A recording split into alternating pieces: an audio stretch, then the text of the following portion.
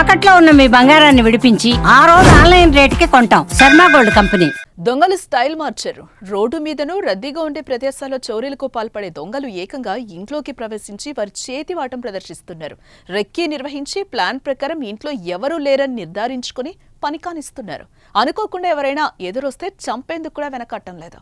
ఇక తాజాగా కరీంనగర్ జిల్లాలో కూడా బీభత్సం సృష్టించిన దొంగలు ఓ ఫ్యామిలీపై దాడి చేసి చేతికందిన కాడికి దోచుకెళ్లారు.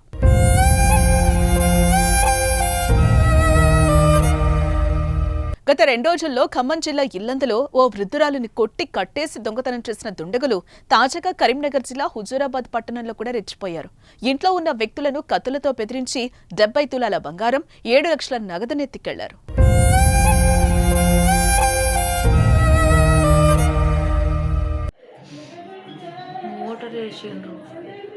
మోటార్ వేస్తే ట్యాంకర్ ఎండిపోతుంటే మోటార్ బంద్ చేస్తున్నాను. మెల్లగా డోర్ తీస్తాను. నేను డోర్ తీస్తా అంటే తీసిన గంతే కథం డోర్ నెట్టిండు. నన్ను లోపల వేసి ఒత్తిండు. నోరు తెరిస్తే చంపుతాను. ఈడ కత్తి పెట్టిండు. మొదలు ఈడ కత్తి పెట్టి నోరు మూసిండు. నోరు మూసి ఇక టవల్ తోటి గుంజి కట్టేసిండు. మీరు ఏది ఇవ్వకుండా చంపేస్తానని అన్నాడు. పావు తక్కువ 12. ఇక గుర్తు మొగాలు చూస్తే ఏర్పాటు చేస్తాం. వేసుకున్నాడు. 2 వేసుకోలేదు.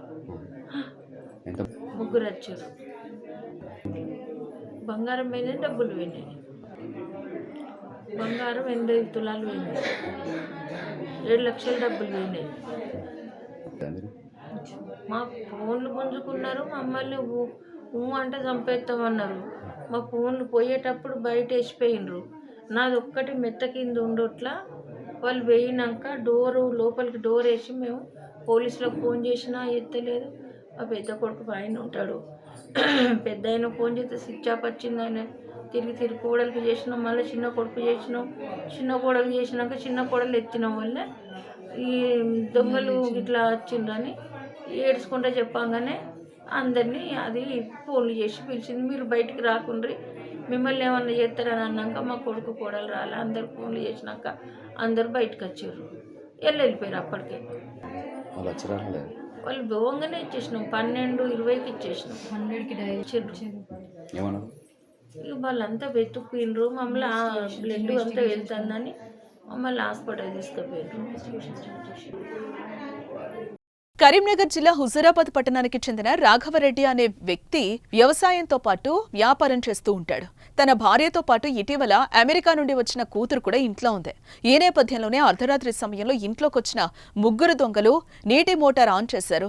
అలా ట్యాంక్ నిండిన తర్వాత కింద పడుతున్న నీటి శబ్దం రావడంతో మోటార్ బంద్ చేయడానికి బయటకొచ్చారు ఇంట్లో సభ్యులు. అలా వారు బయటకు రావడంతో అప్పటికే కాపు కాసుకుని ఉన్న దొంగలు వారిపై కత్తులు పెట్టి బెదిరించారు. ప్రతిఘటించడంతో దాడికి తెగబడ్డారు.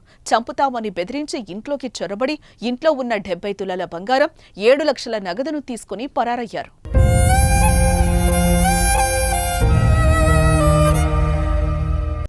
వాళ్ళు 11:30కి వచ్చారు. వచ్చి 11 గంటలకు వచ్చి మోటార్ వేసారు.